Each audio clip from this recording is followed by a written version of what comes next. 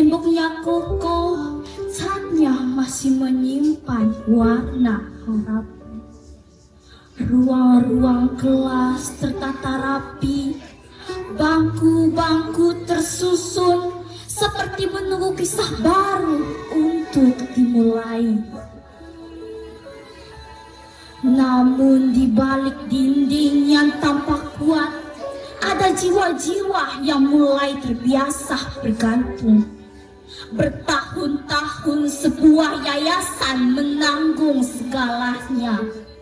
Seragam yang dikenakan siswa, uang sekolah yang tak perlu dipikirkan, makanan yang mengenyangkan perut-perut kecil, bahkan kebutuhan sederhana yang membuat hidup terasa mudah.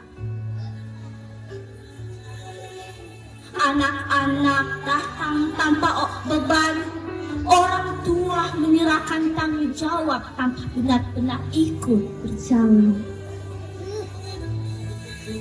Sekolah menjadi tempat menerima, bukan menjadi tempat berjuang bersama.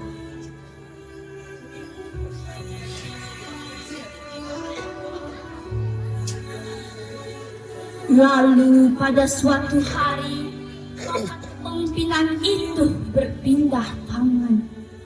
Datanglah seorang suster dengan langkah yang tenang dan dengan hati yang dipenuhi keberanian.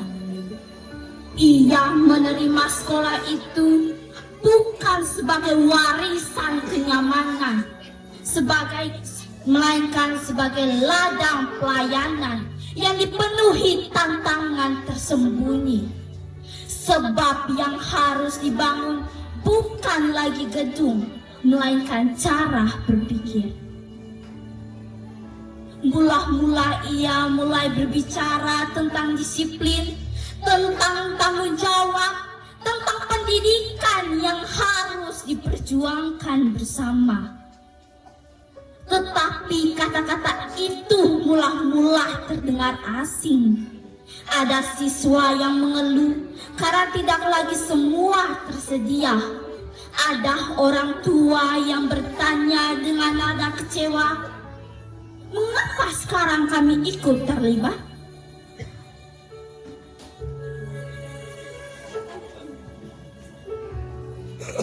Sang suster memahami semuanya. Ia tahu mengubah kebiasaan jauh lebih sulit dibandingkan membangun tembok batu. Namun ia tidak menyerah. Dengan kasih yang tegas, ia mengetuk hati demi hati, mendatangi rumah-rumah, berbicara dengan para orang tua, meyakini mereka bahwa pendidikan bukan hanya tugas sekolah, melainkan tanggung jawab bersama. Di gereja ia berdoa bagi mereka. Di sekolah ia menjadi teladan. Di masyarakat ia menanam keyakinan bahwa masa depan tidak lahir dari ketergantungan, melainkan dari kemauan untuk bertumbuh. Hari-hari penuh perjuangan pun tiba. Ada air mata, ada kritik, ada malam-malam panjang ketika ia harus memikirkan biaya sekolah, kebutuhan guru, dan anak-anak yang harus belajar meski keadaan terbatas. Donatur datang silih berganti, menopang kasih dan kepercayaan. Mereka melihat ketulusan itu, bahwa sekolah ini tidak sedang meminta belas kasihan, melainkan sedang membangun martabat.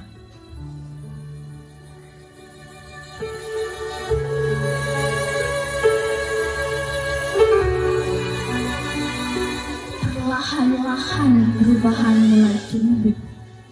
Orang tua mulai hadir dalam rapat sekolah.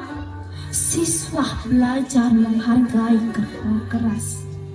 Disiplin bukan lagi hukuman, melainkan jalan menuju masa depan. Itu pun berubah wajah, bukan karena gedung baru, melainkan karena jiwa-jiwa di dalamnya menjadi lebih kuat.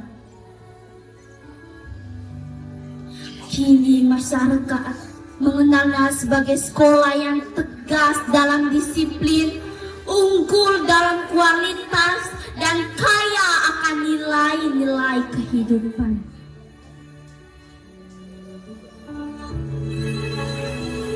Dan di balik semua itu, ada seorang suster yang memilih bertahan di dalam perbedaan dan penolakan.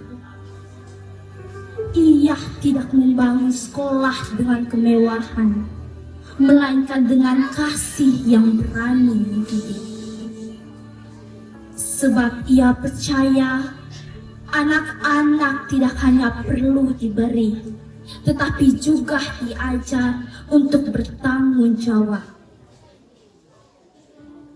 Dan dari situlah lahir sebuah sekolah yang akhirnya berdiri tidak hanya kokoh dalam bangunan, tetapi juga kokoh dalam karakter.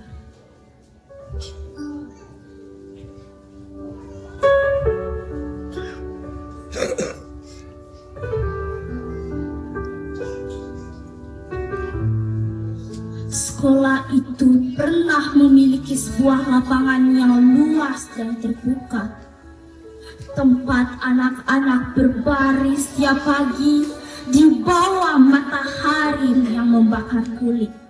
Di sanalah upacara berlangsung, di sanalah acara sekolah digelar, dan di sanalah penuh jatuh tanpa banyak keluhan.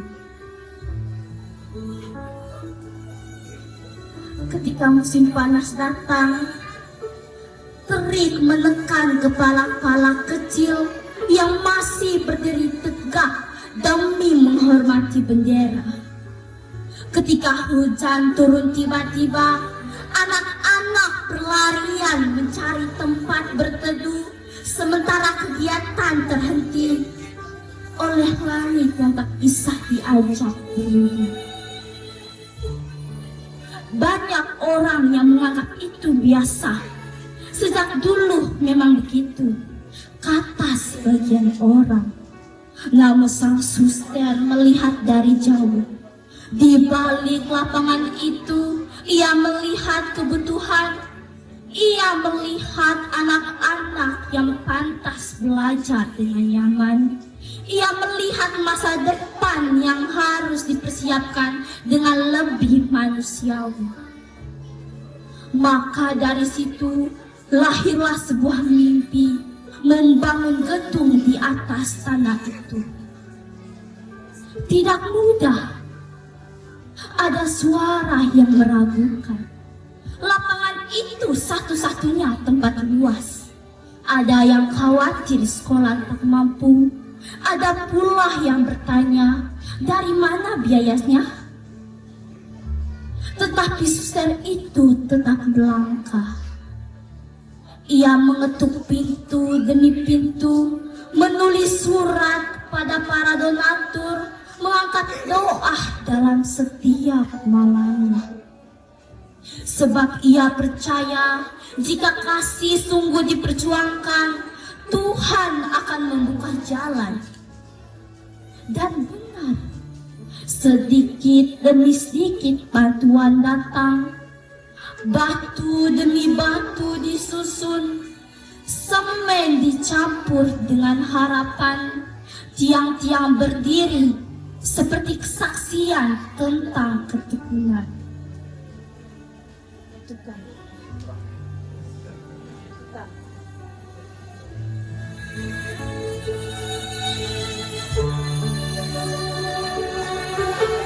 Anak-anak memandang pembangunan itu dengan mata penuh ingin tahu. Guru-guru mulai percaya bahwa sesuatu yang besar sedang lahir. Hingga akhirnya di tempat yang dulu hanya menyimpan panas dan debu, berdirilah sebuah gedung megah dan teduh. Kini siswa tidak lagi takut kepanasan saat melakukan kegiatan sekolah. Tidak lagi takut hujan menghentikan acara yang sedang berlangsung.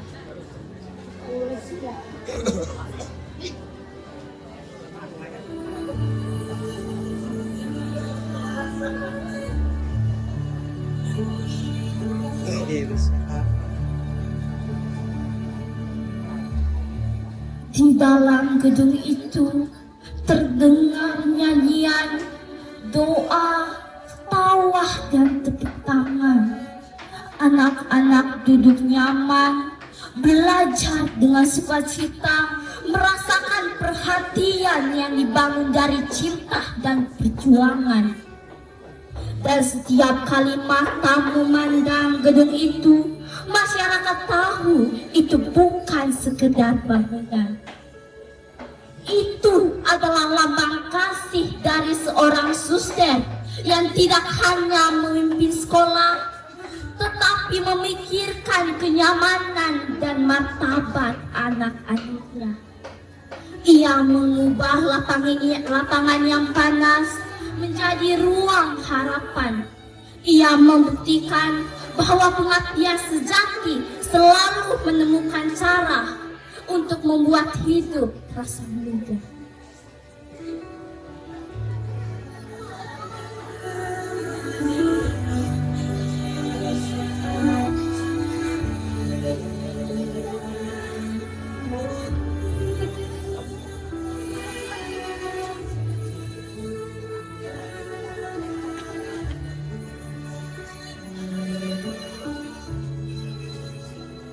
Puisi ini menceritakan tentang perjuangan seorang suster yang selalu bertahan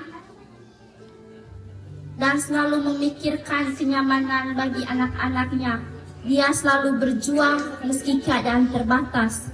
Dia tidak cepat menyerah. Dia tahu bahwa jika kasih sungguh diperjuangkan, Tuhan akan membuka jalan. Dan benar saja, sekarang lapangan ini yang dulu hanya menyimpan panas dan debu, sekarang menjadi tempat berteduh. Dan sekarang kami anak-anak tidak lagi takut kepanasan, tidak lagi takut hujan, karena sebuah lapangan yang dulu hanya menyimpan panas, sekarang telah menjadi sebuah gedung yang megah dan teduh. Sekian dari kami mengucapkan limpah terima kasih.